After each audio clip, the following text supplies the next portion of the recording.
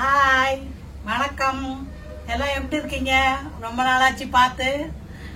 அப்புறம் நான் மிளகா பொடி, அப்புறம் இட்லி பொடி, ரசப்பொடி இதெல்லாம் போட்டிருந்தேன். அதுக்கு நிறைய பேர் ஆதரவு கொடுத்துருக்கீங்க, ரொம்ப நன்றி. இப்போ ரசம் வைக்க சொல்லியிருக்கீங்க. ரசம் வைக்கலாம் இன்னைக்கு. அதுக்கு முன்னே மிளகாத்தூள் அரைக்கும் போது வீட்டுக்கு 1 கிலோ தனியாவுக்கு 3/4 கிலோ மிளகா போடணும். நீட்டு மிளகா, குண்டு மிளகா இல்லை, நீட்டு மிளகா. அது போட்டு அரைச்சாதான் நான் சொன்ன டேஸ்ட்டுக்கு வரும். வீட்டில் அரைச்சி வச்சிருக்கிற ரசப்பொடியை வச்சு ரசம் வச்சு காமிக்க சொன்னாங்க என்ன. இன்னைக்கு இந்த ரசத்தை வச்சிடலாம் சிம்பிளா. வாங்க, வீட்டு ரசப்பொடி எப்படி அரைக்கிறதுன்னு சொல்லித்தரேன் வாங்க. 60 கிராம் தனியா, பருப்பு 50 கிராம், சீரகம் 60 கிராம், மிளகு 50 கிராம், 15 காஞ்ச மிளகா, கொஞ்சம் கருவேப்பிலை,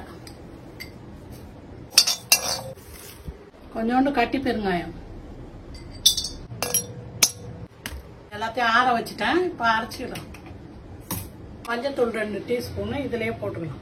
ரசப்பொடி ரெடி. இந்த ரசப்பொடியை போட்டு ரசம் வச்சிங்கன்னா அவ்வளோ சூப்பராக இருக்கும். இதை அப்பப்போ அரைச்சி வச்சுக்கோங்க. நிறைய அரைச்சி வச்சிங்கன்னா வாசனை போயிடும். இப்போ ரசம் வைக்க போகிறோம். புளி எடுக்கிறேன். பாருங்க, இந்த கிண்ணத்தை அளவுக்கு ரசம் வைக்கிறேன். அதுக்கு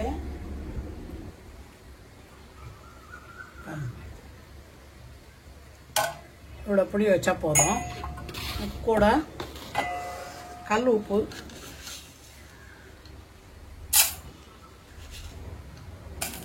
போட்டு ஊற வைக்கிறேன். முதல்ல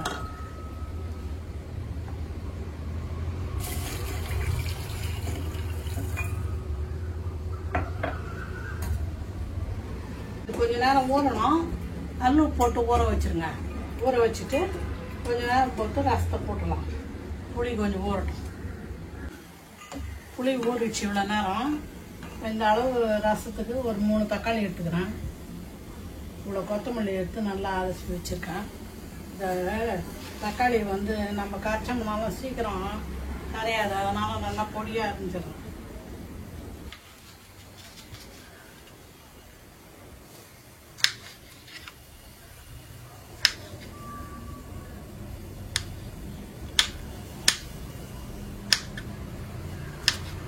கரைக்கிறதுக்கு நம்மளுக்கு கொஞ்சம் ஈஸியாக இருக்கும்.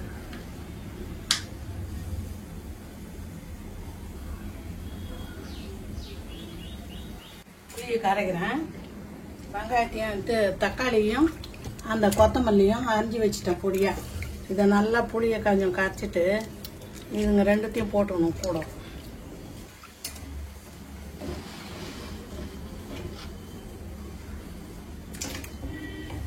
இந்த கொத்தமல்லியை எவ்வளோக்கு எவ்வளோ போட்டு இந்த ரசத்துக்கு புளியிலையும் அந்த தக்காளியிலையும் போட்டு கரைக்கணுமோ அவ்வளவும் ரசம் டேஸ்ட்டாக இருக்கும், வாசனையாக இருக்கும்.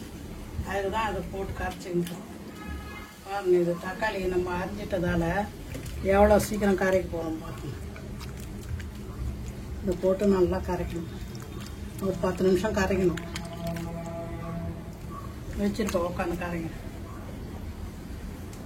நல்லா இந்த கொத்தமல்லியும் தக்காளி அந்த புளி 3த்தையும் நல்லா இவ்வளோ நேரம் கரைச்சேன்.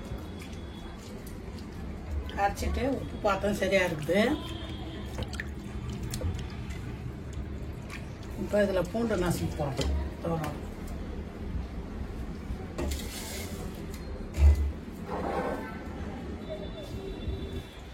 எத்தனை பல் பூண்டு? பெரிய பூண்டா இருந்தால் ஒரு 7-8 பல்லு. இவ்வளோ கிண்ணம் ரசத்துக்கு.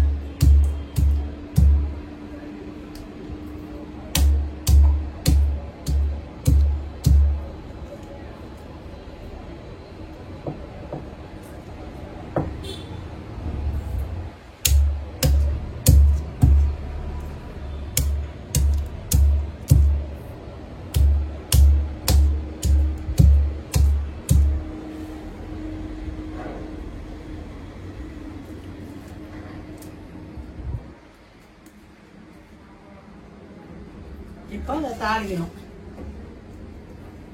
அடுப்பு பற்ற வச்சுட்டு கடாயை வச்சுருக்கேன்.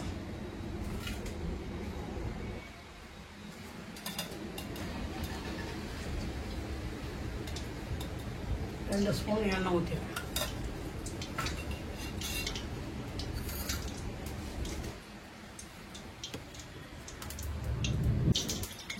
எண்ணெய் காஞ்சிச்சு. கடுகு போட்டேன். ஒரு 3 காஞ்ச மிளகா கிள்ளி போடுறேன்.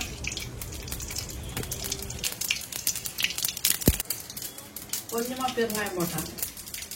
ஏற்கனவே பெருங்காயம் போட்டிருக்கேன், அரைச்சிருக்கோம்.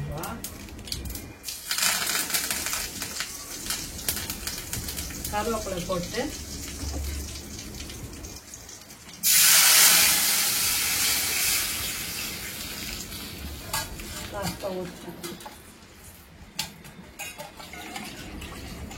ரசப்பொடி போடுறேன்.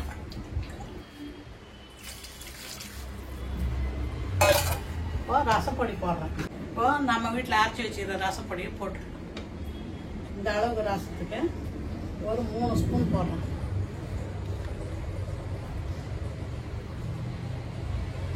சரியா இருக்கும்.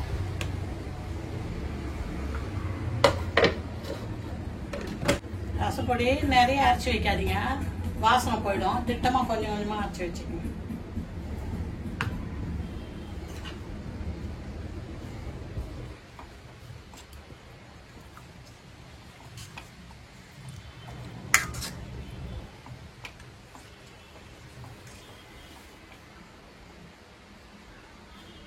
சரியாக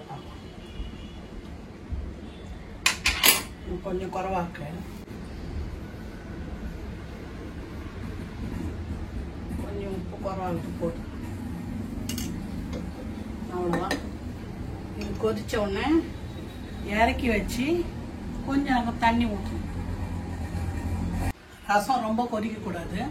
இந்த மாதிரி கொச்சி இப்படி வந்துன்னு சொல்லுவோம். ஆஃப் பண்ணிடணும். ரசம் நல்லா கொச்சிருச்சு. சூப்பர்.